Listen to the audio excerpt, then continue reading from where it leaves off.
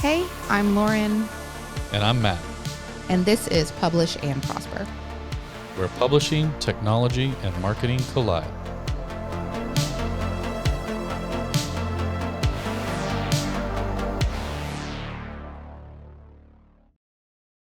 What's that noise? Office is haunted. I do think this office is haunted, by the way. Like, for real. But whatever. Don't say that to me when I'm occasionally the only person in here. Do you know how often I'm the only person in here? I probably could guess, honestly. Yeah.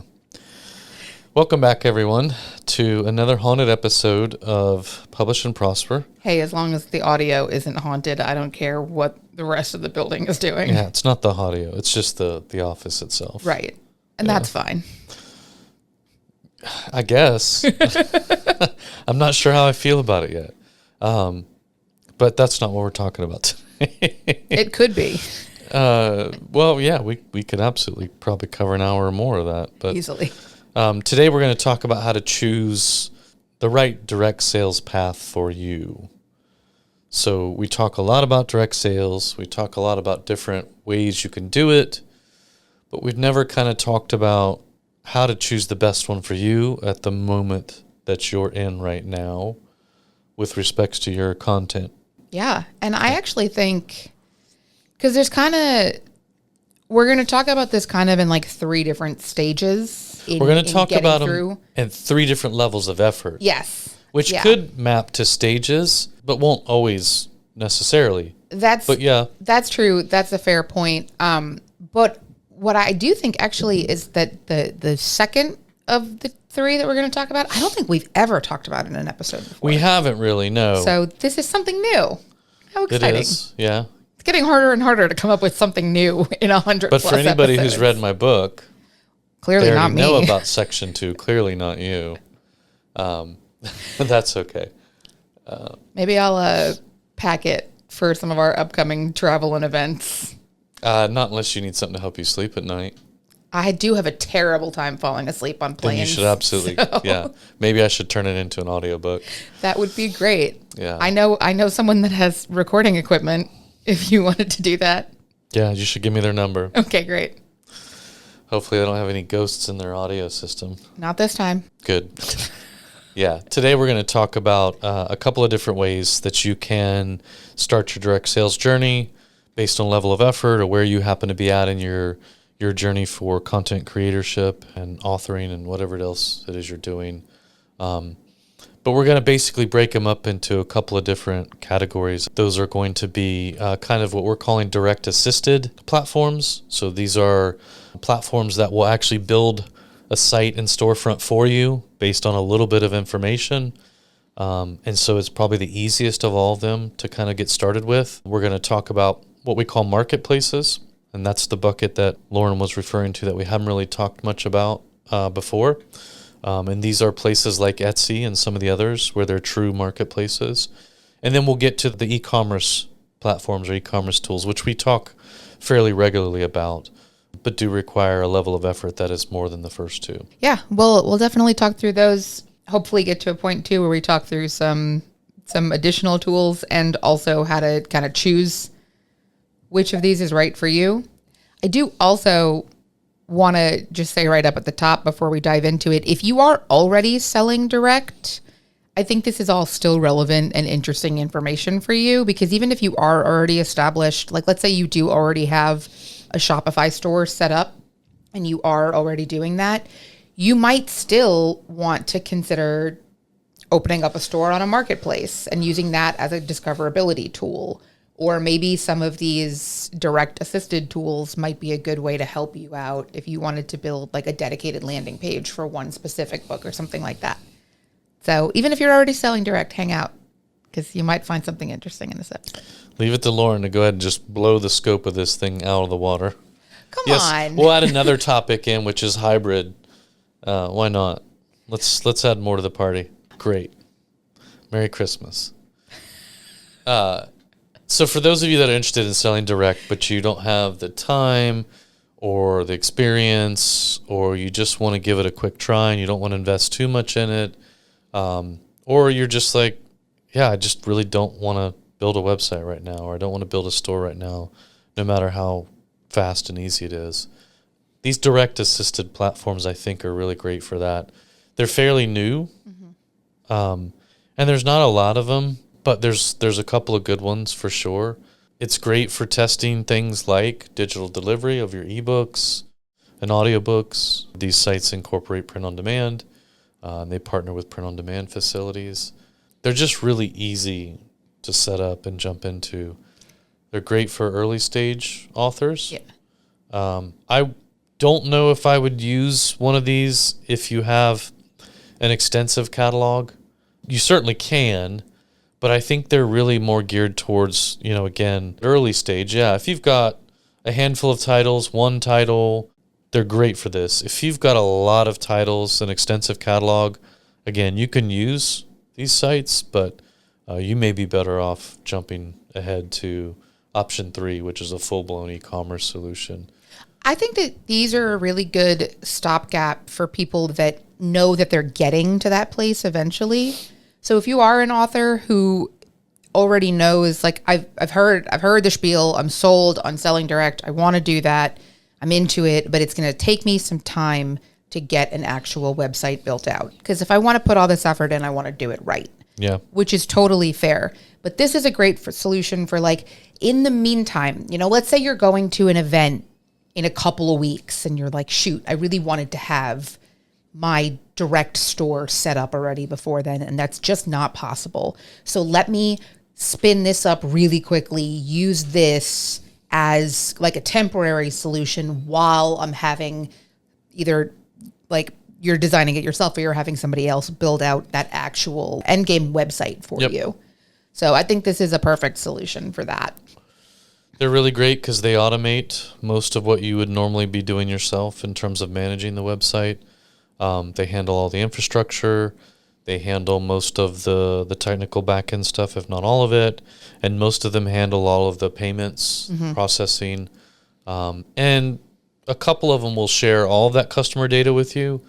Some of them may share some of the data, but not all of it, depending on how they process those payments. But for the most part, you'll get a lot of great benefits out of it, and you'll barely have to lift a finger.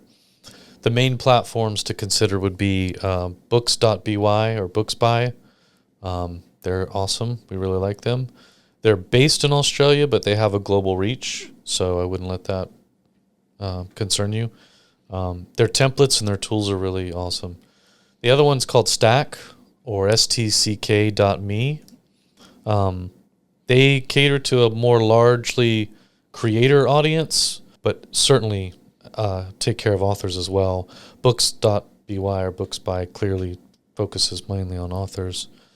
Yeah, I'll put both of those links in the show notes. So don't worry if you're like, I'm sorry, what? We got them. They're in the show notes. And if they do sound familiar to you, we did also talk about them in the episode that we did on building a landing page for your books. Yeah. So. Yeah, that's true. We've kind of already covered most of the pros and cons. But again, the best ones is such a low barrier to entry. It's just so easy to do it. You don't have to really worry about building anything for the most part. For those of you who like to be hands-on, there's going to be less of that, so you may want to consider that. But it's truly just a plug and play, or plug and pay and play. Yes. I should say. Yeah, there is always that element. Plug and play. Pay to plug and play? Something like that. I don't know. Now it's getting weird. Yeah. But no, I do think that's, the pros and cons in this are almost like hand in hand with each other. Like, on the one hand, it is a templated, super, super easy to build. On the other hand, that means that you don't have a lot of customization and control. So, you're kind of giving up some details for other details. And it's really just a matter of what's important to you. And we'll talk more about that. It's also a really easy experience to jump in and try, like we said, especially if you've never tried direct sales before, or you're really worried about, investing some time into building a Shopify store or something like that, and you just want to try this out because it's very easy to just quit it. Yeah, it's very low risk. So this is a great way to test the waters, test it out, see if this is something that you want to actually invest real time and money into. But I've seen the storefronts and landing pages that both of these platforms produce, and they look great. Yeah. So, Yeah, for sure. The next one we'll jump into is marketplaces. Right. This is the one we've never talked about before on the show, really.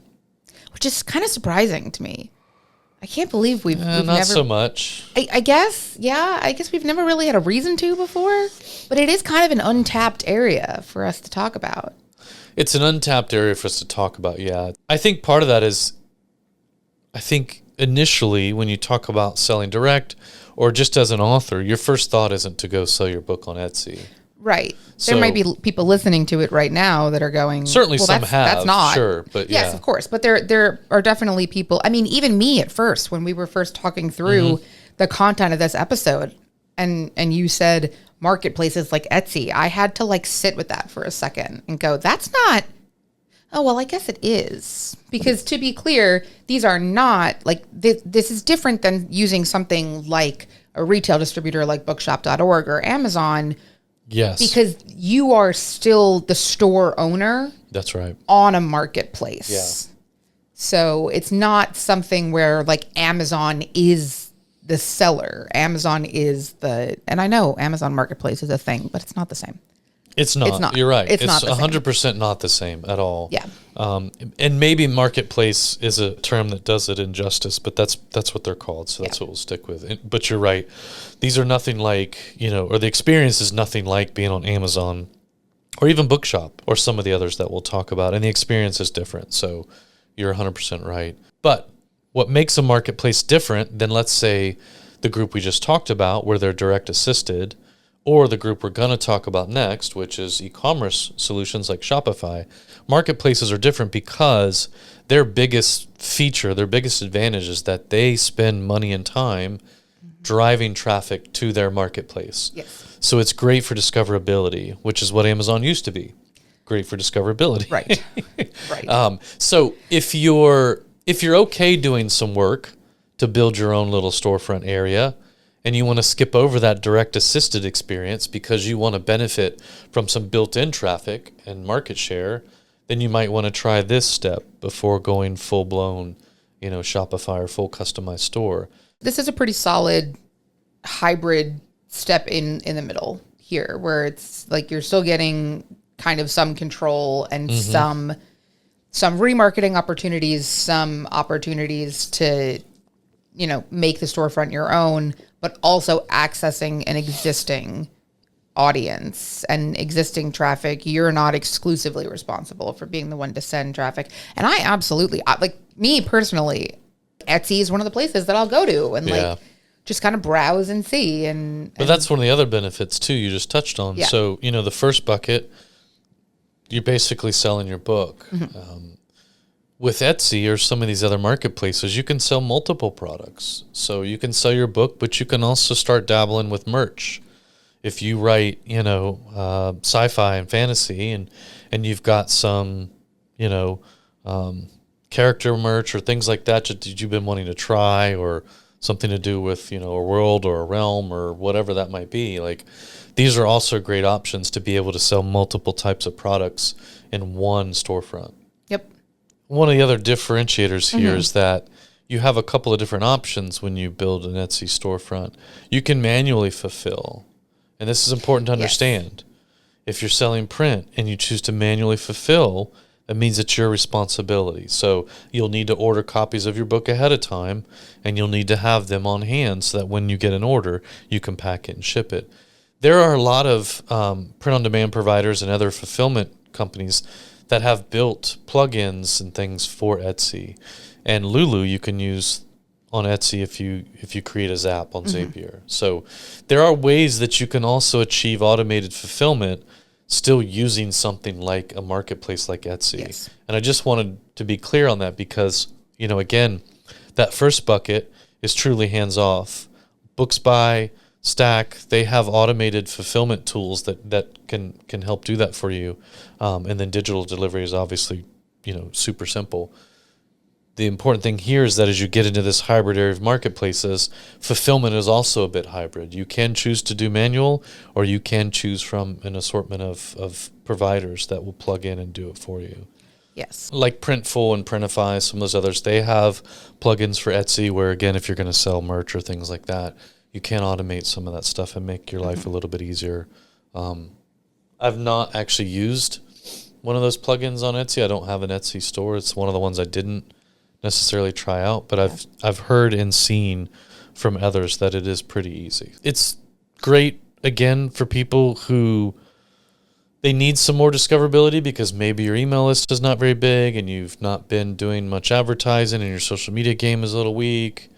Any marketplace you can get yourself into that has built-in traffic and discoverability is going to be a huge help. So, yeah.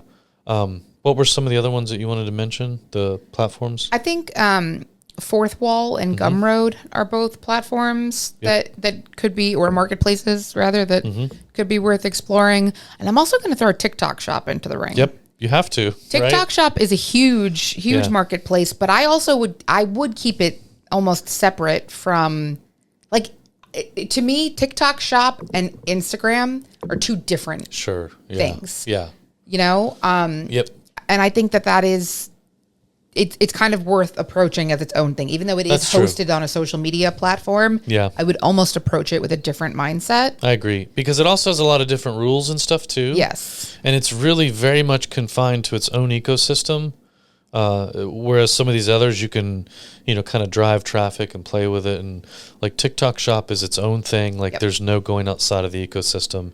And even within that ecosystem, they have a lot of somewhat confusing rules around fulfillment and some other things. So be careful with that one, but absolutely. Yeah, you do have to. We see people selling books on TikTok all the time, and you absolutely can. Yeah. But you probably do have to do your own manual fulfillment on that in order to stay within the confines of their That's where a lot of the arguments are. Like they do have some rules. Just be aware of that. Do your research, do your homework, but yeah, I won't go any further on that one. That could be a whole episode in and of itself. It probably will be at some any point. ideas. No, it should be. We'll see. We'll talk about it at some point. We'll flip for that one. Okay. Or we'll play like some Uno or something. I'm really good at Uno. Yeah, and I had a feeling you were good. The fact that you pulled that out, I was like, wait, you're setting me up to lose here. So again, pros and cons to marketplaces. You have a built-in audience. There's already traffic coming to it. There's people like Lauren surfing around looking for weird Gothic stuff and might stumble across your book.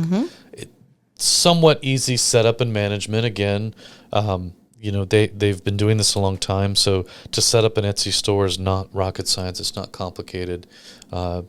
Like the others, you're going to pay for some platform use or things like that. So not a big deal.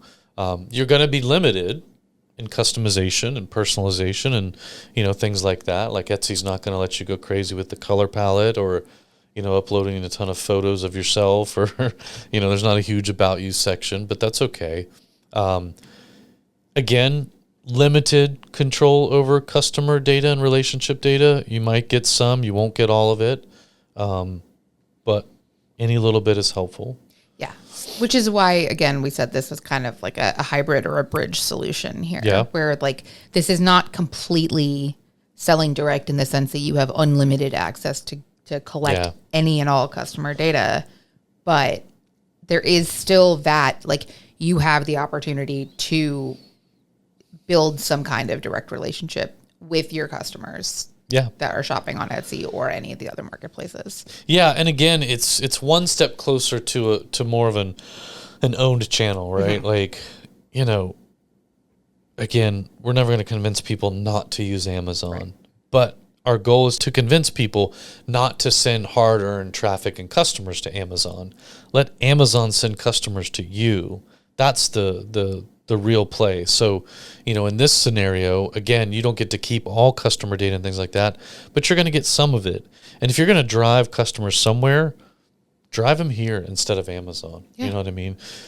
Here you have a better chance of being able to remarket to them to get them over to more of an owned instance when you're ready for that, whether that's a Shopify store or something else, or at least get them onto your mailing list so that you can begin remarketing other titles and stuff like that. So I do think it's a great bridge, to go from somewhat owned to fully owned, which is the next bucket we'll talk about. Sure is.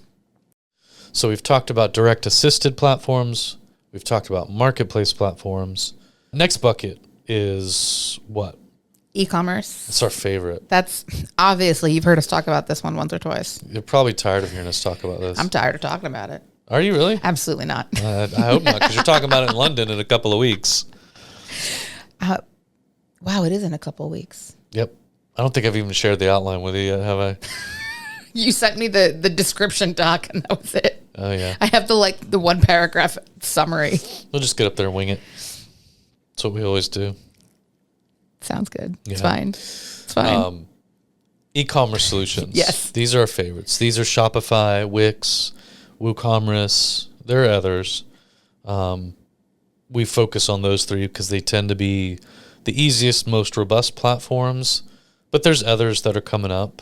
There are others that are already out there. They're just a little more abstract. I think a lot of people use, what's it called, ThriveCart? ThriveCart, yes, which actually does have, I learned this very recently, ThriveCart on their website actually does have instructions for how to integrate Lulu's API to ThriveCart. Whoa. And our API team is aware of that. And Okay. they said it is actually like pretty, like their instructions are actually like pretty good.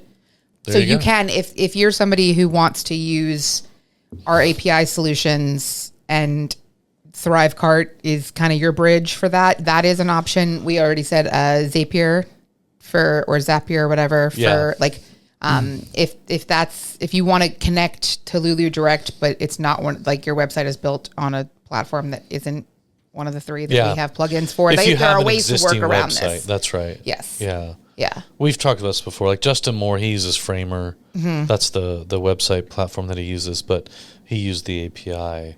I know a lot of because we didn't have a people, plugin for Framer. right. And Square is the other one that a lot of people Mm-hmm. that I've spoken to, that's been kind of a roadblock for them, that their website is already built on Square, but you can work around that. It's going Yep. to take a little bit of effort on your part.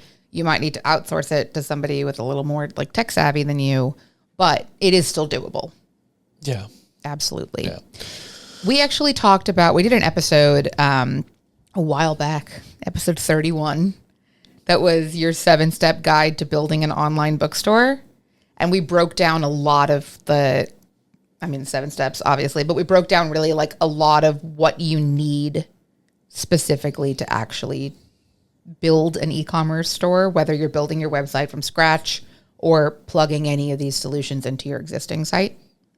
It's probably all still valid, I would imagine. I'm pretty sure it is. We'll link it in the show notes. And if we figure out that that there's any outdated information in there, maybe we re-record it. Updated. Maybe. Maybe. You're just reaching for job security now. You know what we actually should have done with episode 101? We should have just started back from zero Started re-recording and them all. just completely redid like beat for beat every episode. That's a strategy. Probably not one we want to employ, but No, probably not. e-commerce solutions. So this is the only way to get a true direct sales experience from end to end, Yep. but it obviously brings with it, a lot of work. Yes. It's fairly easy to get one of these up and running, but continuing to build and expand upon that, adding more titles, adding more shipping regions, it's work. It's not terribly hard, but it is work, and it's beneficial. I mean, there's no better way to control the customer experience from beginning to end and grow your business and capture all that data, realize 100%, profit margin, or profits, I should say. If you got 100% profit margin, that's great too. But it's really the only way to do it. Obviously, like we just talked about, you can also just have a site and use our APIs. But the point is having more of an owned space where, again, on a marketplace, they have final say. Yep. You could wake up the next morning, tomorrow morning, and realize that somehow or another, one of your books violated the terms and services of Etsy, and they were upset about your gay hockey romance fling novel, and they decided to shut you down. They have that power. I don't know that they would, but they do. When you have your own space, nobody can really tell you what to do with that, and it's pretty much yours. This is the only way to have complete ownership and complete control over your e-commerce, your store, your customer experience, whatever it is that you want to do. This is the only solution. And yes, it is definitely the one of the three different things that we've talked about here. It's definitely the one that requires the most work. But just like we talked about in the episode that we did recently on moving from manual to automated fulfillment, this is a thing that requires work up front so that you can build out workflows that are going to run themselves. So it's work at the beginning that is going to ultimately make your day-to-day easier in the long run. Yeah, and again, so if you started with one of the other two solutions, whether it was like a Books By site or an Etsy store, and you realize like this is definitely for me, this is what I want to do, this is your next step. Yes. To build something more permanent and automated. You can set it and forget it and make money while you sleep type of deal, and then just maintain and make updates to your store as you get new titles, or you want to release in new geographic areas, things like that. I look at it as like almost a Legos approach. Like, Shopify or Wix or Woo is the foundation. It's the flat plate. And then each of the things that you need, you just plug it. They have plugins for everything. So Lulu for all your print on demand and fulfillment stuff. They have plugins for doing your taxes. They have plugins for email marketing, plugins for social media marketing. You can build basically an entirely automated little e-commerce empire.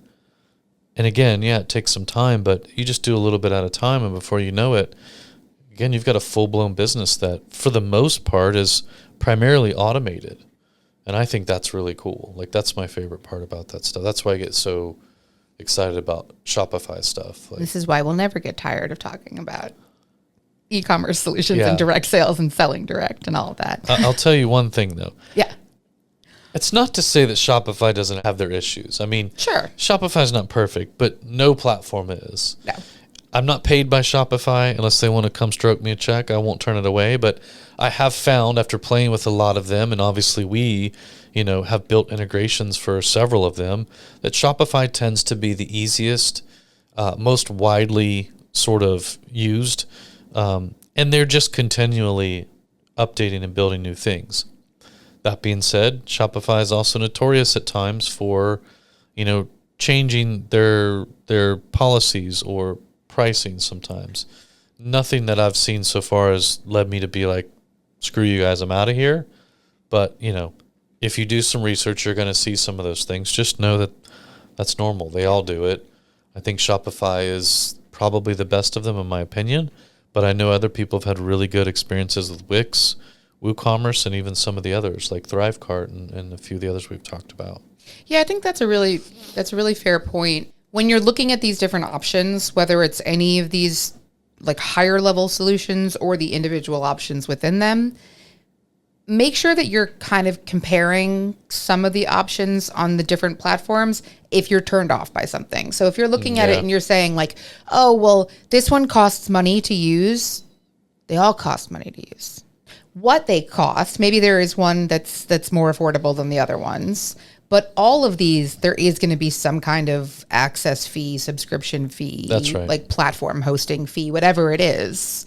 So, if you're immediately like turned away by like, oh, well, this one I have to pay for, what can I go find that's a free solution? You might not find a free solution. And by the way, for everyone that's listening and goes, well, it's free to sell on Amazon. No, it's not. No, it's not. That's why you walk away with $1 or $2 for every copy you sell, because they're taking everything else. Yeah, it's just built in. That's right.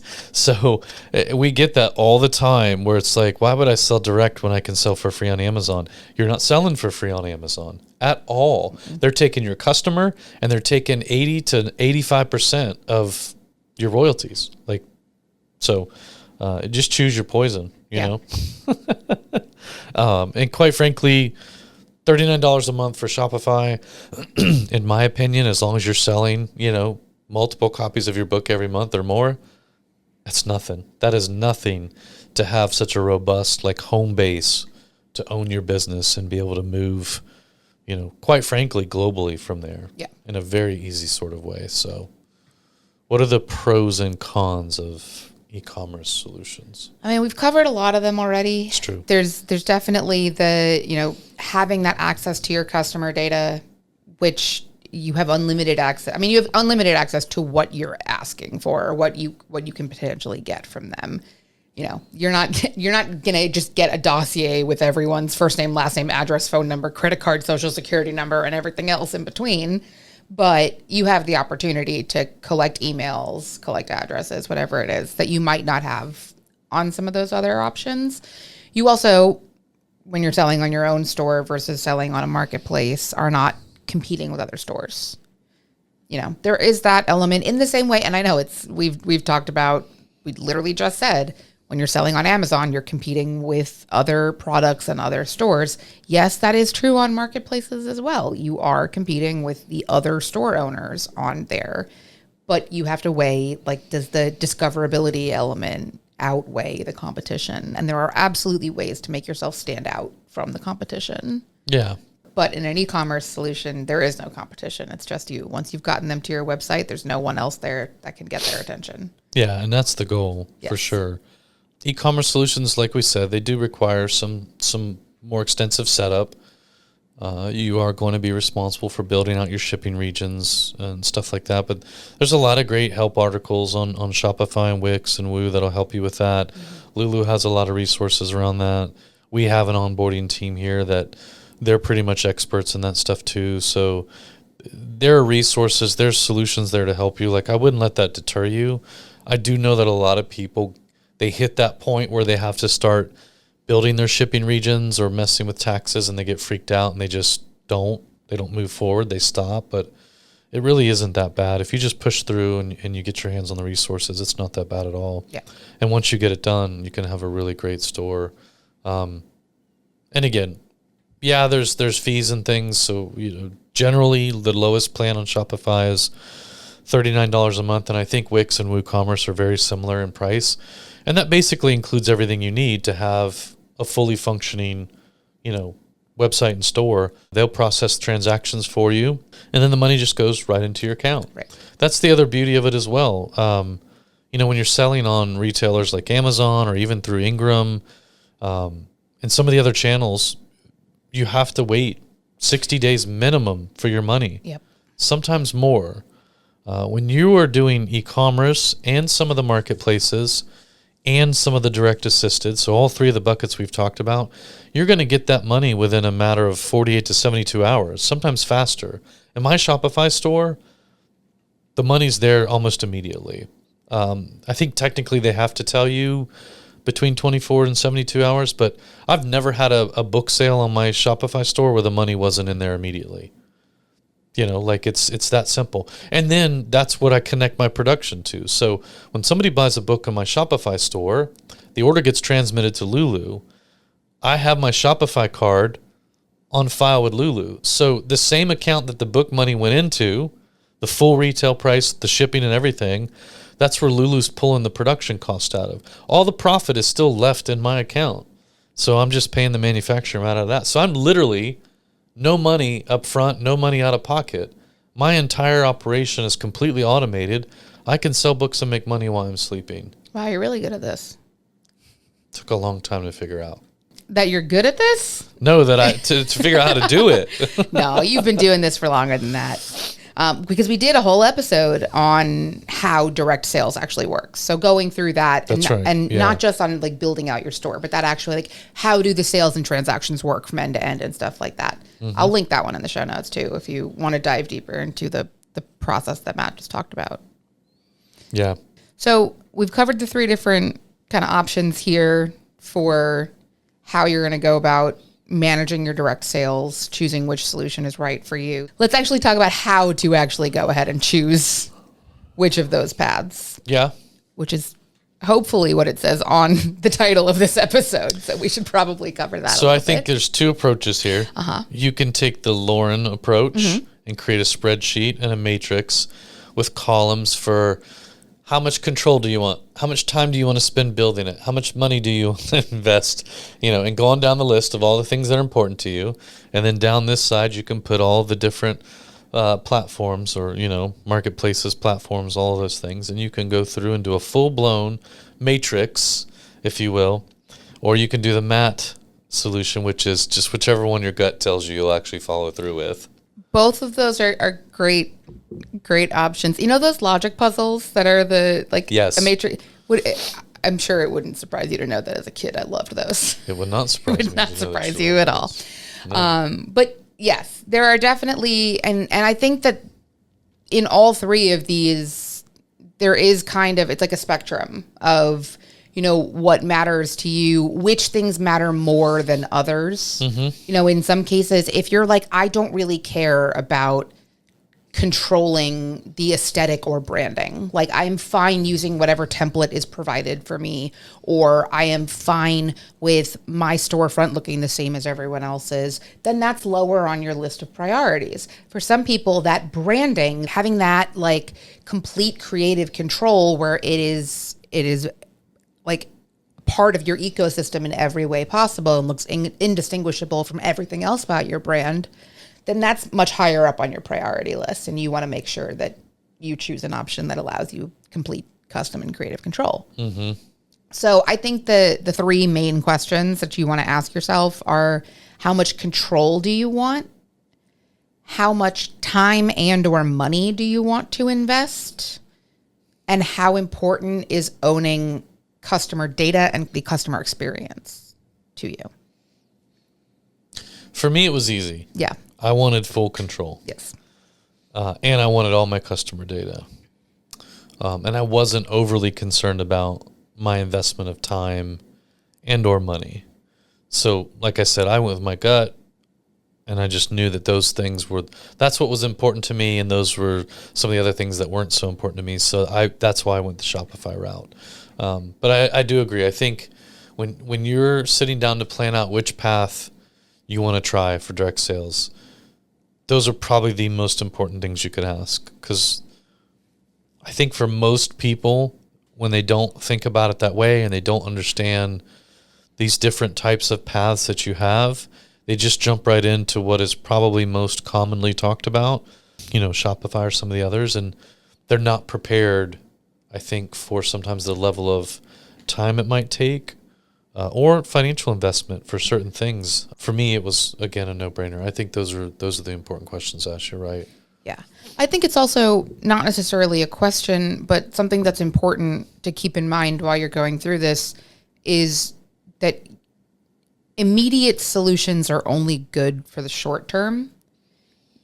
You want to think about something that is going to grow with your business. You want to think about scalability. You want to think about, you know, something that hopefully, if your goal is to build a long-term business strategy here, you want something that's going to last.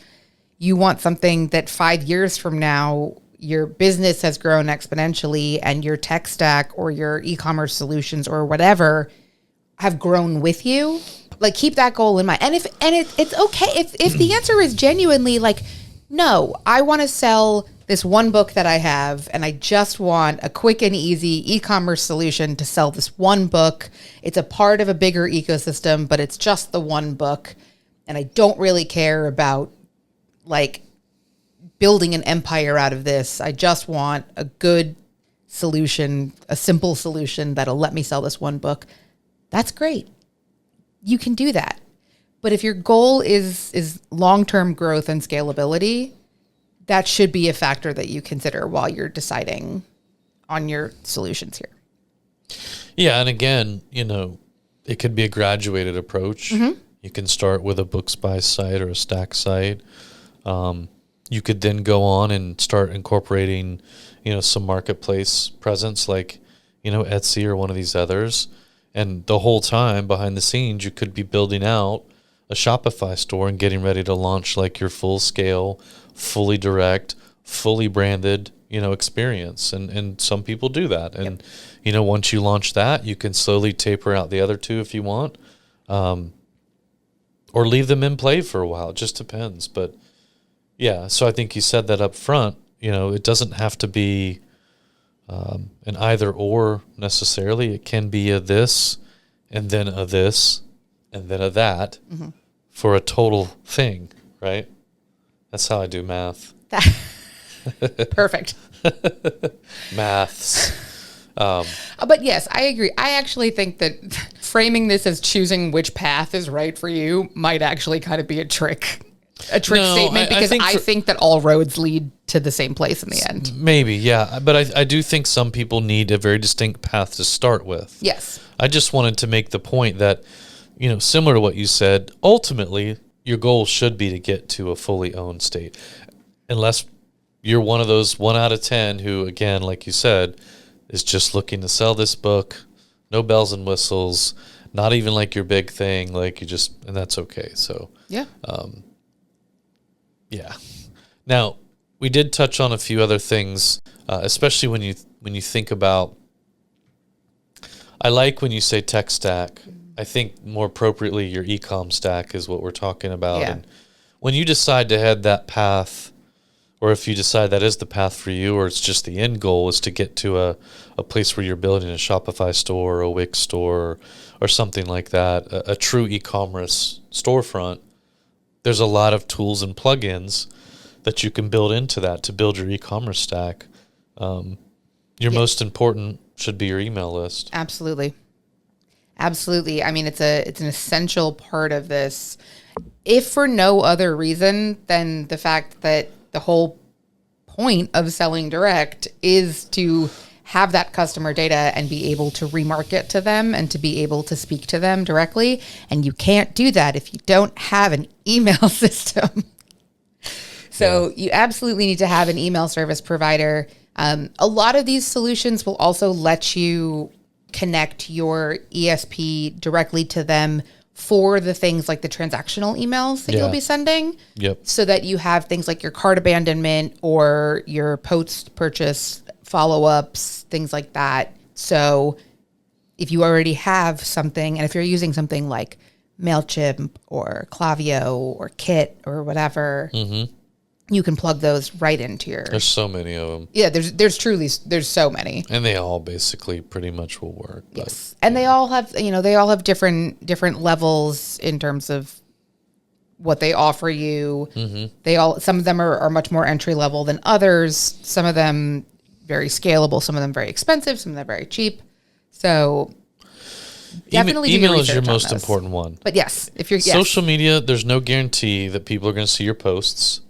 You can do website ads. You can do all kinds of other things. The only way to guarantee that somebody will have access to your message is if it lands in their inbox or their mailbox, their physical mailbox. Now, as to whether or not they're going to open that email, that's up to you and how clever you are. But email marketing is still the number one way to communicate with your buyer, reader, customer, whatever you want to refer to them as. That's why it is the most important channel to start building as soon as you can, even before you have a website, if possible. Like, start building an email list as soon as you can.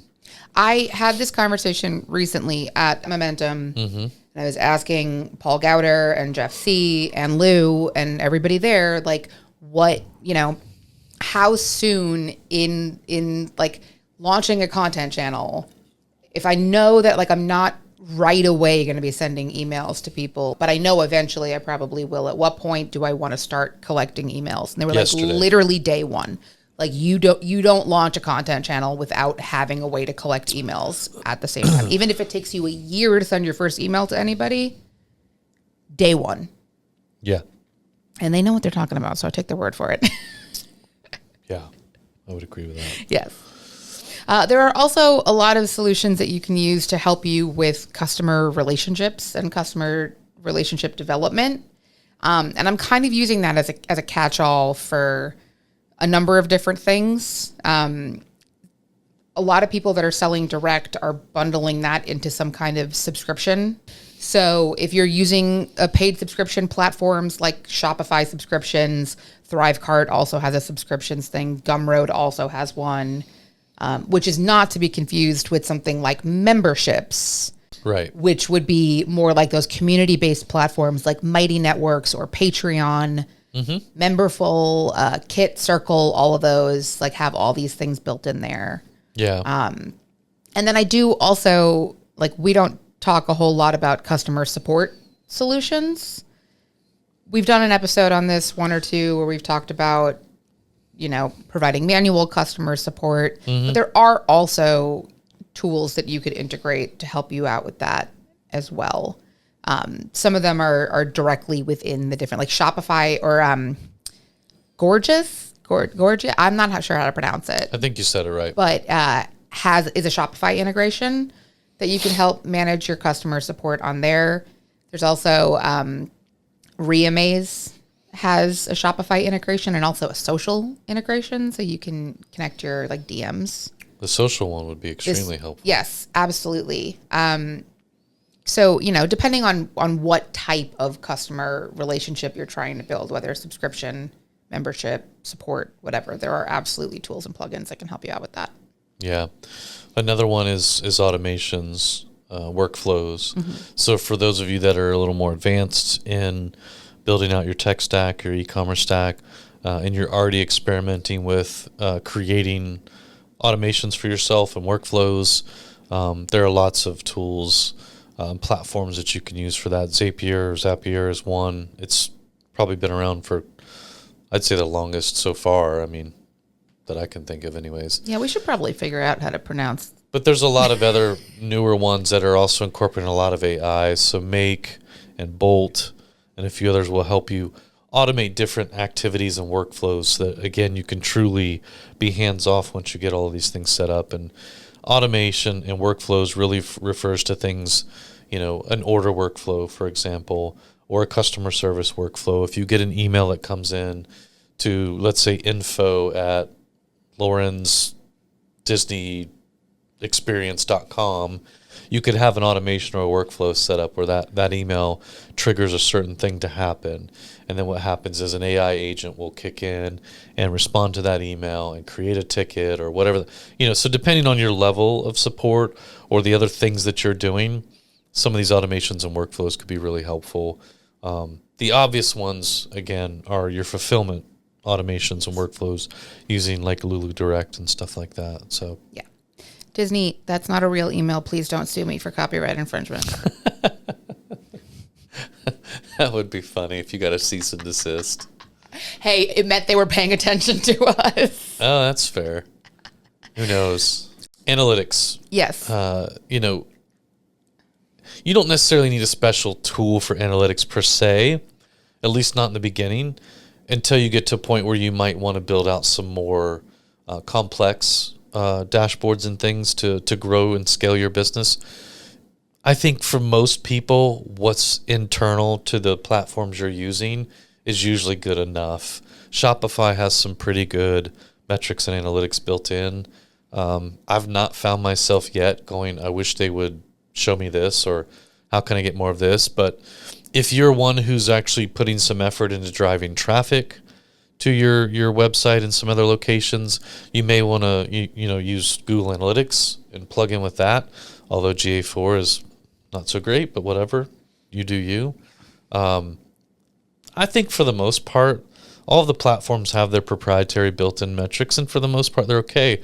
Again, if you wanted to get really technical about it and build yourself a way to integrate all those platform metrics into one dashboard, there are lots of tools out there, AI-generated stuff that you could get your hands on that would give you a nice, neat, and tidy dashboard from all your. So if you're using Shopify and Lulu Direct and Kit for email and all these other things, you could probably build yourself an all-encompassing dashboard that just piped all your metrics into one place. Yeah. But for the most part, I think what the tools provide is good. Yeah.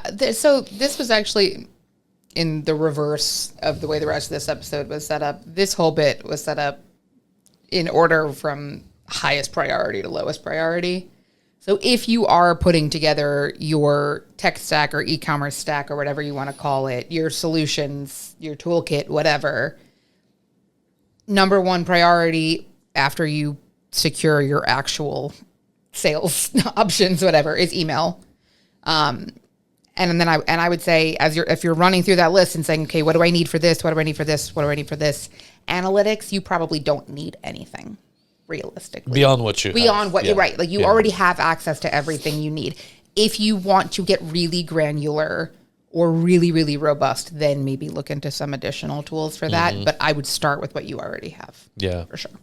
Yeah, I agree with that. Again, I've not had any point where I was like, man, I wish I had more of this. Yeah. So Yeah. Gosh, I had something I was going to say, and I can't remember what it was. What are you reading right now? I have 2 different holds that I am next on the list from Libby right now. But Oh my God. Just go buy the book. well, I really was looking specifically for an audiobook because I have a lot of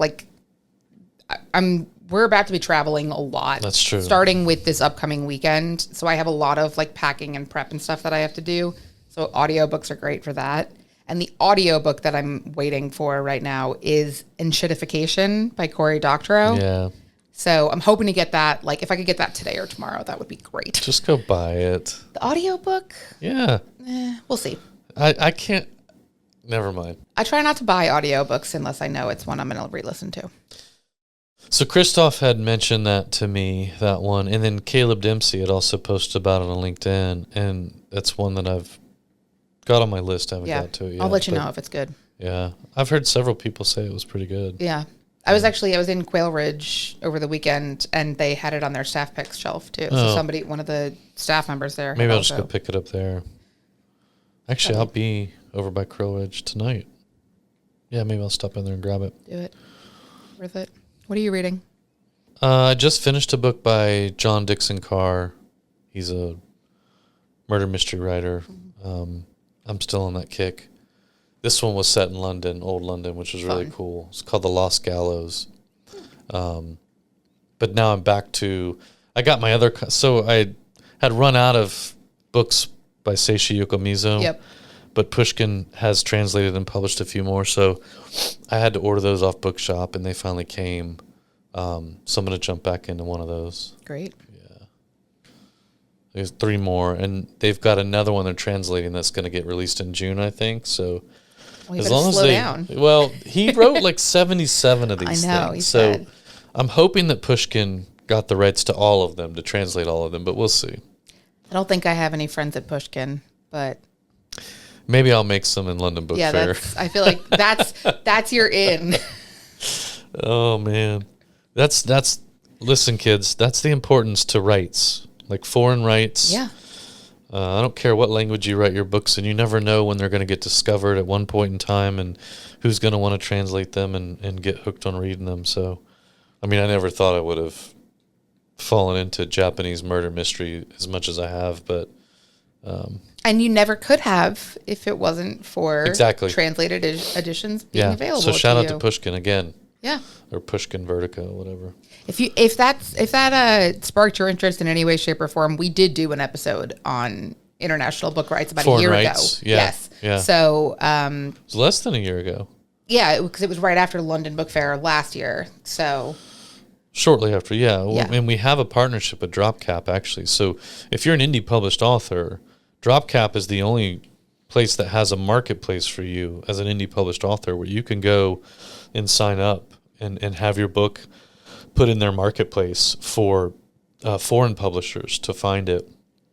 Justin Moore did that, and almost immediately after signing up with DropCap, I think had a Taiwan publisher purchase the rights. Wow.